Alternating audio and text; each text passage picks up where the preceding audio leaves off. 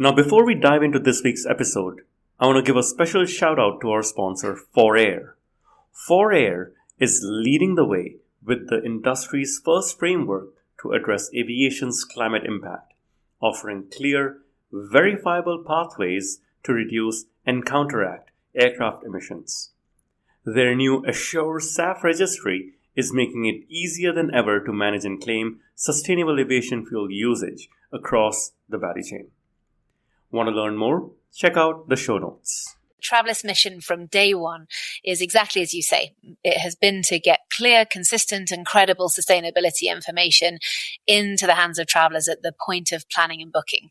We've scaled the flight emissions information globally with emissions estimates in over 65 billion searches, thanks to the work of all of our partners on the travel impact model. And I think that's been enabled by taking a completely open access approach that's free to all, to again provide that single source of truth as a public good.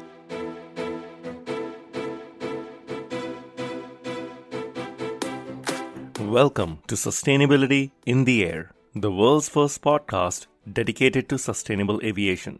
I'm your host, Shashank Nigam, the CEO of Simplifying. Every Thursday, I have important conversations with top aviation executives, technology entrepreneurs, and policymakers helping aviation take climate action. Conversations that help separate the signal from the noise. Whether you are a frequent flyer or an airline executive, if you care about sustainability or simply love traveling, welcome aboard.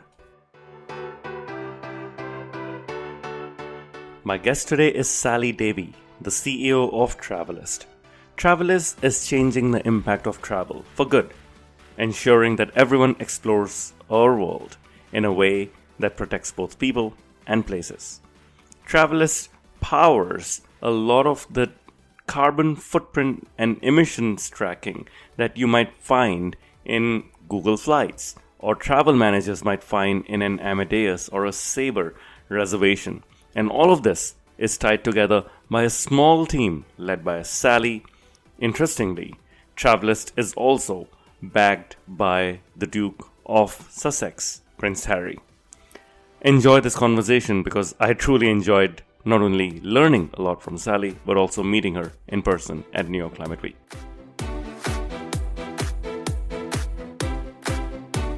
Sally, it's great to finally have you on the show. Congratulations on the 5 years of Travalyst ceremony I had the privilege of attending at New York Climate Week myself.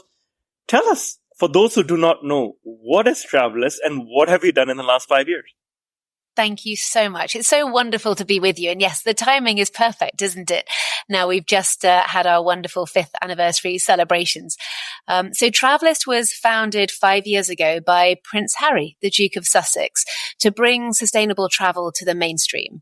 He has worked in conservation now for decades alongside communities that so often serve as the guardians of some of the world's most precious and breathtaking places, but I think had been frustrated that travel and tourism can be this double-edged sword, right? On one hand, it can be this major and in some ways unique, powerful force for good, right? Driving social and economic growth and resilience, often in parts of the world that lack other industries and opportunities. But on the other side, can often have a major negative footprint on the environment and can sometimes drive increased inequality and dependence. So, the opposite of what we'd want. So within that macro context of climate, biodiversity emergencies, major societal challenges, inequity and justice, the Duke felt this real urgency to ensure that travel as this powerful sector could become a true force for good in the world. And so I think, he acknowledged that this would require a massive collaborative effort. And so spotted the potential to convene and support collaboration across the private sector at scale in a way that had never been done before. And I think as you heard in New York, we knew at the time that this was a really big and bold vision that many people thought, quite frankly, was crazy and told us so. But as it turned out, it was a big missing piece of an even bigger puzzle. And it really has worked. We have brought together a coalition of some of the biggest brands and platforms in travel and technology working together completely non-competitively and non-commercially for the first time ever. As a group, they have, I think, a combined market worth of nearly $3 trillion. But I think what's more important is the reach of the work that they are doing through their participation in Travalyst. And I know we'll come on and talk a little bit more about those specific areas of work. So yeah, that's what Travalyst is, and that's what we're doing as a completely independent and neutrally governed nonprofit. We drive the private sector to collaborate in ways that have never been possible before. Well, this is indeed a grand vision, and it was very impressive to be in the company of the Duke personally, as well as to hear you and the other leadership talk about the impact Travalyst has had. Now, how do you translate such a grand vision of promoting tourism yet limiting its negative impacts on communities into reality for everyday decision making for a traveler? How does this become real? Of course, we all know the Google Flights example. Is that it? Is it all about carbon calculations? It's a great point. So travel and tourism relies on destinations, right? And I know the Duke talked about this in New York, and those destinations are held together by communities. So without destinations and communities, we have no travel. And I think one of the points that he often makes is that those communities, they're not just communities of people, but also wildlife, or all of those cultural and heritage assets that we often travel to see, or the small businesses run by local people that deliver amazing experiences. So I think altogether it's these communities that inspire and enable people to travel. And we must do better by those people and places. The industry is not currently serving them all fairly. And that's really the thread that runs through all of our work at Travalyst. It's making sure that the sector serves local communities, not always the other way around. And so we also therefore want to support travelers to be making more informed and responsible decisions about where to stay, how to travel, what to do. And you're right, that does all start with clear, consistent and credible information for them to base their decisions on. But today there's no single source of truth for sustainability data. The information that is out there, it's often fragmented, it's low scale, it's incomplete, and it's often behind paywalls, so it's not accessible. And that's something that Travalyst is changing through all of our efforts, be that the work that we've done, as you say, on the aviation side, the work that we're kicking off in the accommodation sector. It all comes back to that original vision to convene the industry, to align the whole sector on collecting the same sustainability data that all relates back to the impact on local communities, and then scale that into the mainstream so that everybody can be making better choices. It's fantastic, because what you're saying is something abstract becoming real. And the first time I heard about the Travalyst model behind the scenes, it's like an Intel inside. You never really see it, yet you're using it. And I remember talking to Shabnam from Google, as well as Tom Kershaw from Travelport, who have both been guests on this podcast. And the first time I used it was when I was living in Vancouver. I had to fly to Dubai for a conference, for Dubai Air Show, actually. And I had assumed that the easiest way would be for me to just drive down to Seattle and fly on the non-stop flight from Seattle to Dubai. But when I went on Google Flights, I realized that was not the most fuel efficient way, because that was on an Emirates A380, a 10-year-old plane, whereas the easiest, lowest carbon footprint, the second lowest carbon footprint for me was going to be on an Air Canada via Toronto. But because that was a longer routing, it was still the second lowest. The lowest carbon footprint was a British Airways A350 from Vancouver, and then 787 from Vancouver, from London to Dubai, directly, pretty much a straight routing. And I ended up booking the British Airways flight. And I told Shabnam about it, and that's the first time I used it. Since then, I have sorted by emissions on every single flight. And as much as it's economically possible, I have tried to book that, even if it required paying a bit more. And then I've gone on to offset my footprint through multiple services. One question I have, though, is, do you want to be the most accurate model, because there is a new model coming out every 2 days from some vendor or the other? Or do you want to be the most used model? How do you balance these two? It's a great question. And firstly, let me say and celebrate how delighted I am to hear you saying that. And I'm hearing this more and more from folks saying, when I actually see the data there in front of me at the point of planning and booking my trip, it really surprised me that there was a better option that had a significantly lower impact for the route, that didn't require me changing my other variables that significantly in terms of the time and the route. But I was really surprised that actually the route that I thought would be better wasn't the one in the end. Again, as you were talking about, from a corporate and business traveler standpoint, that becomes an incredibly powerful force for good in the decisions that we're making around our business trips and the impact that we're then looking at calculating through every year. And you mentioned this really vital interplay between accuracy and robustness with getting this information out to scale. And this is something that Travalyst has a huge amount of experience in now. We've been working for 5 years with these partners across both accommodation and aviation in addressing all the different impact metrics that are available for us to be able to provide consumers with that accurate picture of the impact of their trip and the holistic impact, and to empower them to be making choices based on factors not just around price and convenience. And I think in air travel, this is just such a vital discussion that we continue to have is where do we draw that line? Because the science is always evolving. And we need to make sure that any model, and especially, of course, the travel impact model, which Travalyst is fully behind and all of its partners are adopting and advocating for, is reflecting any new major leaps in understanding and data sets that are available. Interestingly, what we also find, and I think you heard some of this discussion out in Climate Week, is producing too many versions is actually a real problem for some of those big platforms and distributors. Because if you bring online a new version all the time, which Google is very used to doing releases from a product standpoint very frequently, but for other entities, especially in the corporate sector, to have a new version every 6 months, let alone every month, becomes a real challenge. So there's always this conversation about making sure that we are providing at scale the very best information that's available and take into consideration all of those real world requirements. But as anybody can see going on the Travel Impact Model website, the principles of the group are clear.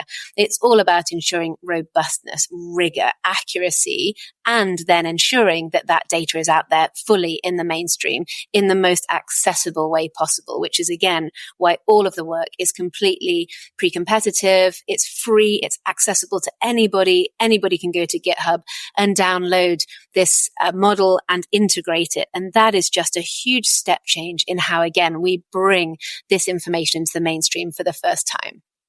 This is so inspiring, Sally. I have to admit, I've been using the model without necessarily knowing it. It's like the early days when you trusted an HP computer because it had Intel inside, and you just bought it because of that Intel inside logo, right? You've worked with organizations like Google Flights, which is consumer facing. You've also, as I learned in person, worked with organizations like MasterCard, Booking.com, Expedia, behind the firewall. What is the difference in working with B2B models around this, Tim, as well as the B2C models? Is there any difference at all? Well, from a core data and calculation standpoint, no, it's agnostic, right? Whether I'm taking a flight with my family or whether I'm taking a flight to be in New York for Climate Week, the emissions are still the same. And it's important that I see that data regardless of where I am planning and booking my trip. And of course, I will be looking and using different services often depending on the particular trip that I'm taking, which is why it's so vital that the emissions, firstly, are there every time I plan and book whatever trip, and secondly are the same, and that consistency is utterly vital.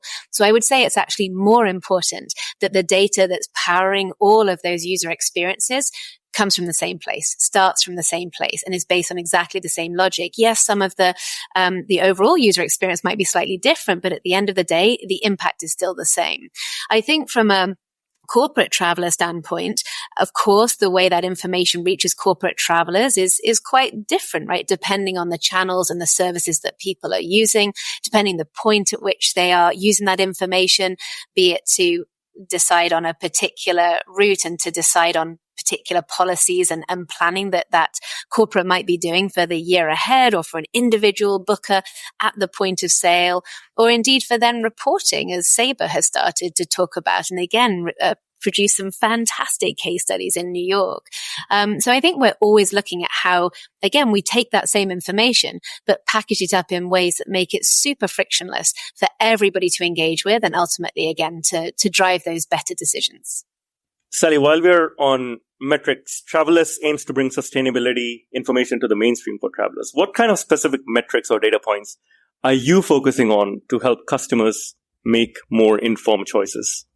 Yes, Travalyst mission from day one is exactly as you say. It has been to get clear, consistent and credible sustainability information into the hands of travelers at the point of planning and booking. We've scaled the flight emissions information globally with emissions estimates in over 65 billion searches, thanks to the work of all of our partners on the travel impact model. And I think that's been enabled by taking a completely open access approach that's free to all, to again provide that single source of truth as a public good. So we're really excited about the progress that we've made in aviation. And now we're looking to take that same approach for accommodation through our initiative that we have announced called the Data Hub. And we're starting on a strong footing. Travalyst has already supported our partners in collecting millions of data points about the sustainability activities of accommodation providers all over the world. And that data covers 6 environmental and social categories.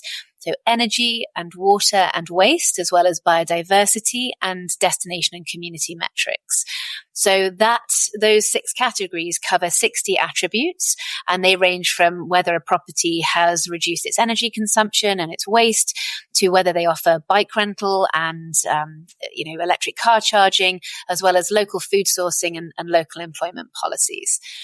And then in August this year, we published our first body of work in the certifications space with 49 certifications, standards and schemes in accommodation sustainability that are compliant with our criteria. And those criteria were validated by our independent advisory group. So we've carried out this work again with that same aim of driving consistency in how those initiatives are shown across all the major travel booking platforms for both leisure and corporate travelers today and also in the future as the regulatory landscape shifts. So again, it's a free initiative, just like the TIM, aiming to be as inclusive as possible. It's in its early stages, but we're already developing the next iteration as I speak. So yes, with all of this work under our belt, the next phase for Travalyst is really exciting, and it's all about achieving that next level of scale and impact in our work, because accommodation as a sector is really complex. I mean, aviation is complex. The complexity in accommodation is different and no less challenging. And it's also really fragmented, especially because of that holistic impact. So there's a multitude of data sources and data points, which is why it's so fundamental to work closely as an entire industry. So with our partners, but also just as importantly with other industry bodies, to determine what data sources and sets should be prioritized and how we get those out into the mainstream. So Travalyst roll throughout. It's all about supporting the scale of the information that's available, just like we've done with the TIM. Amazing. Not easy, but I do wish you the best on that as well, Sally. I'm curious. I also had Dan Rutherford from ICCT on the podcast, on the show. Tell me about your expanded independent advisory group. How does this group contribute to your mission, and what expertise do these members bring? Great. Yes, our independent advisory group oversees and guides all of our work to ensure that it's credible and industry leading. So we work with sustainability experts, academics, professionals, practitioners from all over the world. And I think it's what makes Travalyst work stand out, because their role is to provide that independent guidance and feedback on all of our ideas and output. And because that group is completely independent, they are not shy about giving us constructive feedback and criticism. So they provide this brilliant sounding board that we can test our ideas against and to make sure our plans and our outputs are robust. And I think that that's really important in Travalyst's fast-moving environment, where we want to get stuff out there into the wild, iterating and improving all the time, which is, I think, fundamental to Travalyst's ecosystem and our collaboration with the tech sector. So the IAG is there. Again, we talked about rigor of data and of approach. They are there to ensure that we are heading in the right direction as we go through this rapid iteration process, and that our logic for any release is sound.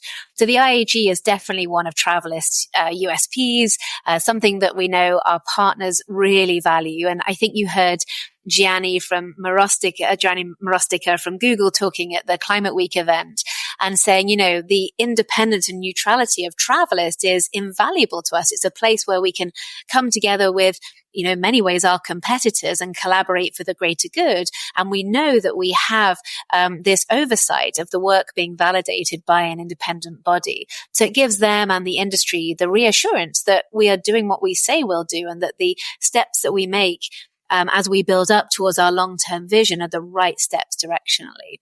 So yes, the IAG is chaired by Dr. Anna Spencerley, who's very well known, has served on Travalyst's IAG since its inception. And Anna's very well known for her quite impressive breadth, really, of expertise across all areas of sustainable tourism, with a real specialism in community and conservation. And Professor Sarah Dolnikar, joined us recently. She's won multiple awards for her groundbreaking research. And if you haven't watched her video snippets on, again, how to make better choices and to do better in sustainable tourism, seek them out. They are absolutely brilliant. And yes, Anna and Sarah sit alongside Dr. Suzanne Becken, who I think joined you recently on the podcast. Brilliant. That's right. Incredible. Suzanne's amazing, as is Sarah Holloway, our vice chair. Professor Paul Peters, another aviation expert and academic, who has been invaluable again in guiding our work in aviation. Dr. Javier Font, who is a very well-known world-leading academic in sustainable travel communications and marketing. Jeremy Smith, the co-founder of Tourism Declares a Climate Emergency, and Martin Dresden, who's the founder of the Good Hotel Group. So an incredible breadth of knowledge among them. This is brilliant. This is absolutely brilliant. Congratulations on all the work you've done on air travel until now. But as we know, tourism is beyond just air travel. I believe you are looking to expand the sustainability certifications for accommodation providers as well. How are you doing this, and how will this information be made available to customers? Yes. So as I mentioned, Travalyst works very heavily in accommodation as well. And we have supported our partners already with collecting millions of data points about the sustainable activities of properties. And we can come back in a moment to how that work is evolving. But just recently, we have launched our first master list of certifications, standards, and schemes that are compliant with the criteria that were set by our IAG, and that now will be consistently adopted across our partner platforms. And this is huge, right? The accommodation sector in particular is very complex and very fragmented. And so it's really vital that we're driving that alignment across the consumer landscape so that everybody can be really clear on what good looks like and what information they can look out for. So yes, through the certifications initiative, we have just launched the list of the first 49 certifications and standards and schemes that are aligned with those three criteria. And that is already being iterated. I mentioned about sort of innovation and quick succession iterations. We're already working on the second master list, and that initiative will continue to evolve over time as new guidance, new legislation comes out, but to ensure that we are supporting success in the certifications space, compliance, and consistency across all of our partner platforms. And we're really excited for where we think that can go. I'm curious, when you launch a new product like this, do you work with a partner, or is this something that's rolled out across the ecosystem at the same time? So we work with all of our partners in an immensely transparent way. And we also work with partners outside of the coalition. Again, we try to be absolutely as transparent, consultative, and collaborative as we can be. So in this initiative, we took guidance from the GSTC, the Global Sustainable Travel Council, who have set really standards for the industry and for certification for a very long time to ensure that everything that we do and everything we have ever done has been aligned with GSTC standards. So we run working groups that are open to all of our partners so they can have their say in how the work unfolds. They can bring resources, data, expertise. So it's a truly collaborative effort with the Travalyst organization at its heart, driving that roadmap, driving that progress. There will sometimes be one partner who takes an outsized role. You've seen Google's role on the aviation side. When Google joined, they brought with them the initial thinking around the travel impact model. The work that Travalyst had already been doing on the aviation side was incredibly closely aligned. So it made complete sense to merge approaches. And the same happens on the accommodation side. We have partners who have obviously a lot of reach in accommodation, a lot of data. And so they will bring that to bear in our collaboration and discussions. But ultimately, Travalyst sits at the center as a neutral entity, driving solutions that work for everybody. Very, very interesting. Now, I know when we started at the top, you highlighted the importance of benefiting local communities. It's what's also the Duke spoke about at the 5th anniversary celebration. What specific initiatives are you promoting to ensure that tourism positively impacts the destination communities? So Travalyst mission, as I said, from day one has been all about getting that clear, consistent and credible information into the mainstream. And this is information, especially as we talk about the accommodation side, that is truly holistic. Yes, it's important environmental information about energy usage and waste management, but it's just as much about destination and community. So what is that particular property doing when it comes to employing and supporting local people? What are their wage policies? How are they supporting local culture and heritage? So right from day one, that has been absolutely central to the work that we are doing and that we will continue to do going forward.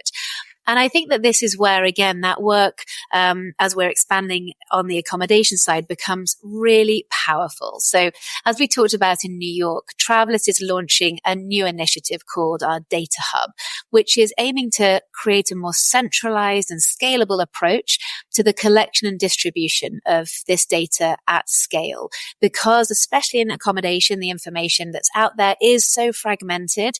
It's really important that we help to support both the industry and consumers with a more aligned approach to collecting, maintaining, and then distributing that information so that everybody has access to the same information that is holistic across that entire ESG spectrum and is presented just like the aviation data in a completely consistent way for all travelers, because that's the point at which we can drive more awareness for the issues on the ground and how travelers can be really making better choices and making a difference when they're booking a trip and staying in a particular destination. So we're really excited about how the work on the accommodation side is going to really unlock that potential. But we're not stopping there. Our vision is to take this approach for all of the key verticals and product areas in travel and transportation, as well as across the whole destination side as well. So really excited for, yes, how this is going to not just, it all starts with data, right? When we look back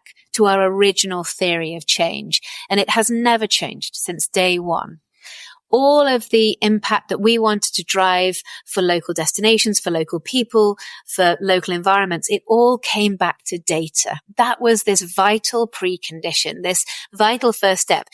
If you can't measure it, you can't change it. So if you can't measure it at scale, you can't change it at scale. And with the kind of systems change that we are aiming to drive, you need to make sure that everybody's singing off the same hymn sheet, that everybody has the same information and has the same targeted approach. So every impact that we want to drive at the very local level comes back to data. This is so interesting. I'm fully with you on the measurement bit. What gets measured gets done is one of my favorite mantras. If you look at sustainable tourism, there is the environmentally sustainable practices, and then there are the economically sustainable practices. How do you balance the need for both of these sustainable practices with economic benefits for tourism into communities? It is very complex, and I would say a very active discussion. And I think it's one that we'll be having this year at COP29 in Baku and next year into COP30 in Brazil, which is quite a focal point for the global community and those working in climate, but especially those working in tourism. Ultimately, it all goes hand in hand. You create a system that is positive, nourishing and nurturing for local places, and you create a thriving business case. Ultimately, the other side of that is you create an extractive and destructive business model, and you are just destroying the very product that you are trying to sell. As I said up top, without communities and without destinations, we have no travel.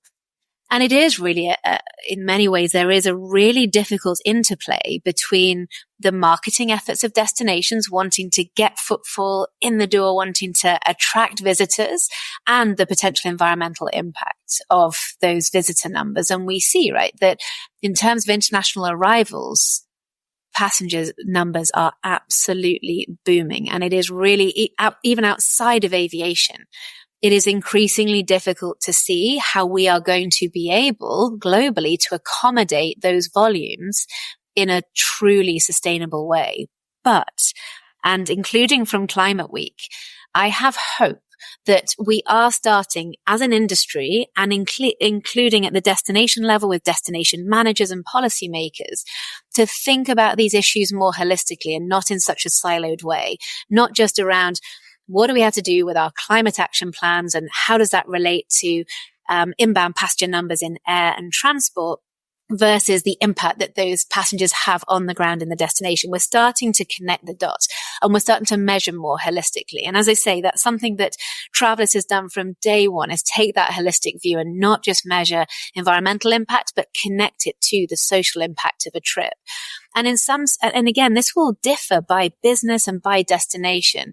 When we think about impact assessment, there are some destinations that are incredibly environmentally vulnerable, but are island states that rely on aviation and in many cases rely on tourism for really vital economic opportunity and also for social equity. We know that tourism is an employer of more women than men and create opportunities for often underrepresented groups.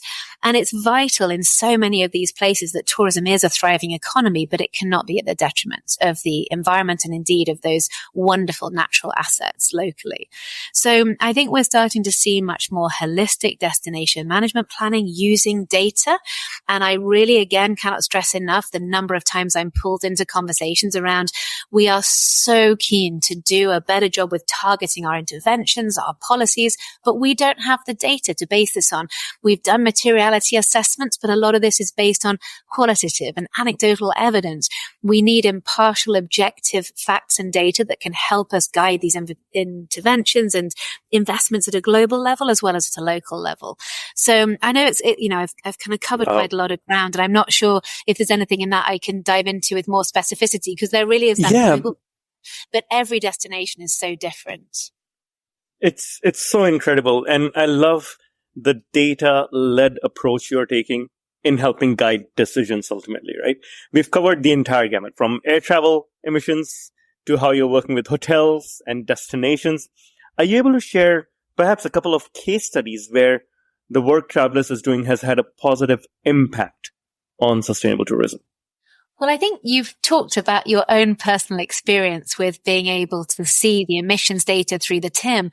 And again, we're seeing that time and time again, especially in the corporate sector, with both individual travelers saying, I had no idea that by making this one different choice, I could create this much reduction in my potential emissions for this trip. And that is already huge. And then you take that to the corporate level and folks like Sabre, who are now doing route planning and business travel planning based on that data. The potential is huge. But of course, we also think just as much about those small independent operators on the ground, running hotels, B&Bs, homestays, who are now featured on our partner platforms, and all of the investments that they have made in running incredible, inspirational businesses are being recognized, be that through the data that our partners have collected or the certifications that they have received. I think getting that awareness and driving that understanding of what good looks like is so powerful. So I think, as I say, data is just the first step. It's the critical enabler of all impact.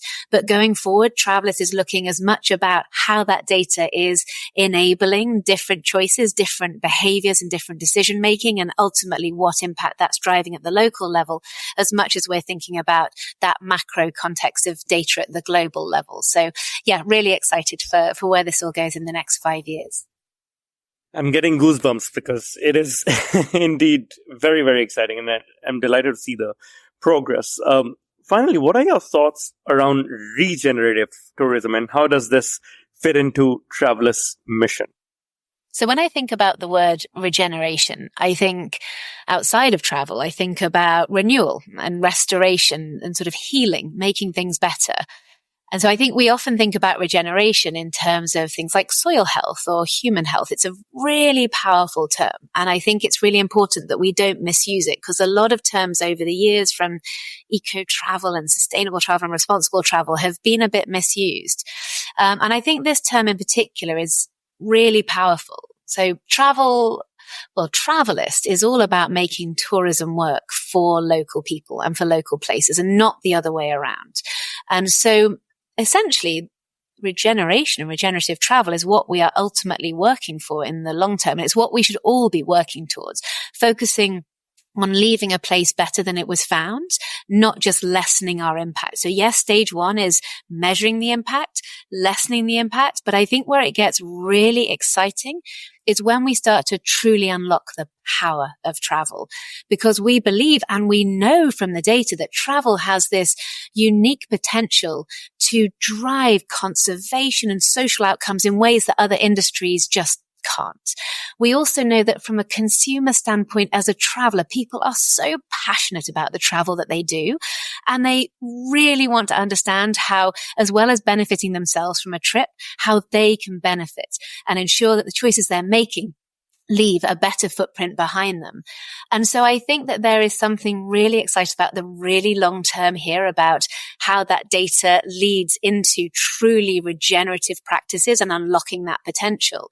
And we mentioned, didn't we? We announced in New York at Climate Week that Travalyst has acquired the Weaver platform, an absolutely brilliant technology and indeed set of experience and knowledge that really was focused on supporting businesses delivering regenerative travel on the ground in over 80 countries. They were an amazing team and an amazing company. And we're thrilled that, as you know, Julie, the CEO, has joined the Travalyst team. And Julie and her team were working for years with the likes of Sasab, that was a lodge, or is a lodge based in a community conservancy in Kenya. And it's a lodge that's committed not just to excellence in conservation and, again, leveraging tourism to conserve and enhance and regenerate natural assets, but also focusing on the social and cultural side, preserving and restoring traditional skills and celebrating local culture. So I remember, she was telling us that they actually hire an in-house blacksmith, a really traditional craft. And this guy had honed his craft under the guidance of his father from when he was 14. Without tourism, that craft there would be no opportunity for that work. And so they had leveraged this business model to create a fabulous experience for their customers, but again, regenerate not just the local environment, but local skills. And I think what's really interesting about this example that Weaver shared with us was it all ties back to data. Through their work with Weaver, they could really measure that holistic, they could track their holistic metrics across all their operational parameters and make sure that while they were taking this very rigorous commercial approach, they were also measuring and enhancing that positive impact. And the two went hand in hand. And that, to me, is what regenerative travel can be, and that Travalyst is really here to help scale that kind of business and take it into the mainstream. This is so inspiring. I'm curious, Sally, we've discussed about Travalyst scaling and a strategy. How did you get involved in Travalyst? What's your background been?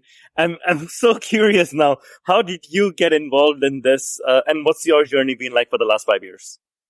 Well, it's been a journey, that's for sure. When you look back in life and you think, how on earth did this all happen? Because there was this crazy sequence of events that I could never have predicted. But I started out very much at the grassroots. In sustainable travel, I built a company that was all about connecting travelers with local people and local experiences. That was ultimately acquired by TripAdvisor. And so I went to work for TripAdvisor, got stuck in on the product side and on the content side. But then I started to do more work in industry relations and got really interested in how you can leverage the power of platforms for driving sustainability outcomes for the sector. And TripAdvisor was doing some real game-changing work in animal welfare and conservation. And one day received a phone call from Prince Harry's office at Kensington Palace. And I've told the story a few times, and it really is true, that we thought it was a hoax. And somebody put the phone down the first time. And then when they rang back, they said, no, honestly, it is us. And we really are interested to meet you and hear more about your work. Cue this mad scramble to sort of, haul us across town and to go to Kensington Palace and meet the Duke. And, we had no idea what to expect. We just went along expecting to share our experiences of doing this animal welfare work with some other partners in travel and tourism. What I never expected was to sit down next to Prince Harry. And I'd been working in this space back then for almost 15 years and was quite passionate about the area. And I would like to say quite well versed in some of the data and the reality of life in tourism on the ground. And I did not expect to find somebody who was able to school me on how tourism was impacting local communities in very vulnerable destinations and had a passion for this area of work that easily matched or outweighed mine. And so we had this incredible conversation, and he was clearly very passionate and keen to say, well, how can I leverage my position and my platform to accelerate the work that you folks are doing, but also to kind of hold you all to account as an industry. I've seen the impact you have on this planet. I've seen the power for good that you can have, but I've also seen the flip side. How can I support you with making the former, the positive case, the norm, and how can I help you to remove the negative case? And so that was really where the concept was born. And a few of us came around the table and helped to develop this initiative and this concept. We put together the initial coalition. And as I say, back then, everybody said, you're crazy. You will never get these competitors to work together. Online travel is one of the most fiercely competitive sectors in the world. It's such a bun fight for real estate and eyeballs. You'll never get everybody to do this. But right from day one, you had C-suite level folks saying, no, this matters more than anything. We have to do this. This is bigger than any one of us. And this included Google. And you heard Gianni say this, right? That this is bigger than any one of us. We have to do this together, both to meet the scale of the challenge and to do it in the right way. And so here we are 5 years on with a $3 trillion coalition with aviation data truly out there in the mainstream and improving all the time, with millions of accommodation data points out there. And that's just the start. And a really wonderful team and a wonderful group of partners. I think anything is possible. Wow, I have to congratulate you, because what stunned me firstly was you've got competitors like Amadeus and Sabre and Travelport, all three on there. You've got competitors like Booking.com and Expedia and Google Flights on there. So there must have been something magical here pulling this together. I think it's a bit of Sally magic, a bit of Duke magic, all of it coming together. So it's really great to hear about the journey, and congratulations how far you've come. Now, the final part of this interview is what's called the rapid fire round, in which you get to know you a bit more personally, and we'll ask you simple questions like, what's your favorite book? Okay. I don't know quite what to say on this one. What I am going to say, and this is a truthful one, but you'll have to tell me if it's a bit too left field. So I love really old school travel guides. And I know this sounds really nerdy. Okay. But I live in the Lake District, and you find these super old school travel guides from like the Victorian era.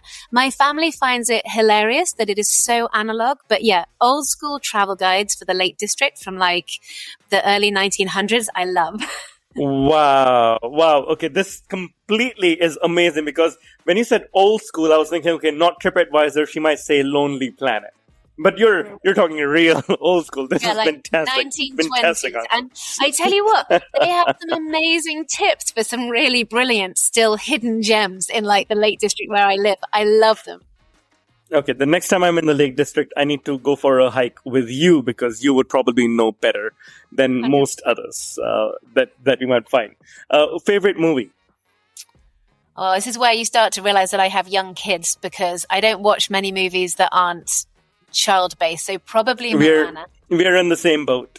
Oh, lovely. Not only do I get Moana and Encanto and all of these, my girls sing the songs all day long. Right. And I have girls as well, literally 24/7. Yes, they're always on, and one of them even said, "Dad, for Halloween coming up, can you please dress up as who's the Hulk in Moana? That guy, Maui? Maui. Oh my gosh! Can you please send me a Yeah, photo? and Maui. It's amazing. No. I immediately denied it. I immediately denied it. I'm not The Rock. Next question. Your favorite city, Sally? Probably Berlin. I spend time there every year for ITB travel and I love it. And that's really saying something for me because I'm not a city girl, but it's a rare urban center that I really love. Fantastic answer. Favorite airline?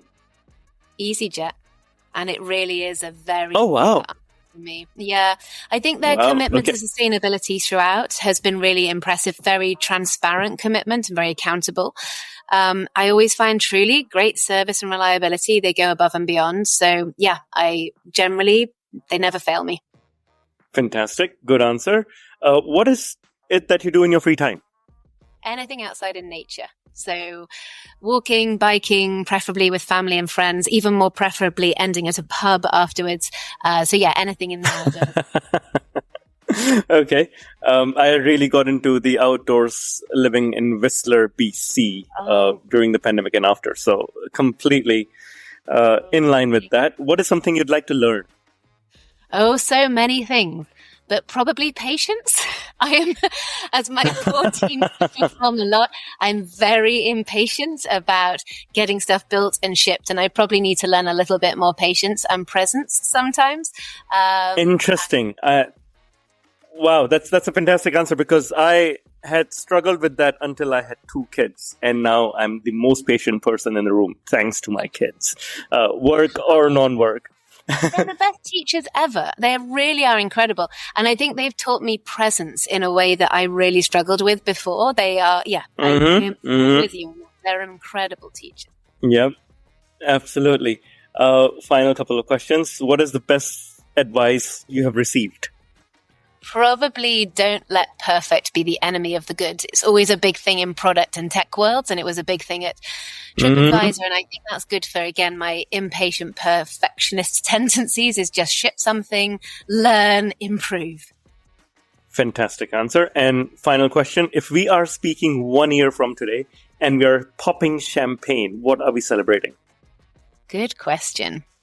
I think that we would be celebrating that Travalyst has managed to drive the same degree of scale in collecting and distributing sustainability data for accommodation as we have for air. That would be a huge achievement, I think. And again, that's just the starting point. But I think, we're getting to that point where, especially for business travelers, we've got this information that really empowers them to be making those better choices that then drive the industry's footprint in a different direction. And that's really the big goal for the next 5 years. But in the next 12 months, again, sort of harking back to my impatience tendencies, I want that MVP system out there that's built and empowering all of our brilliant partners and their customers to be confident that they can continue to make those better choices and to be driving the right outcomes for the planet and for all the destinations that we serve.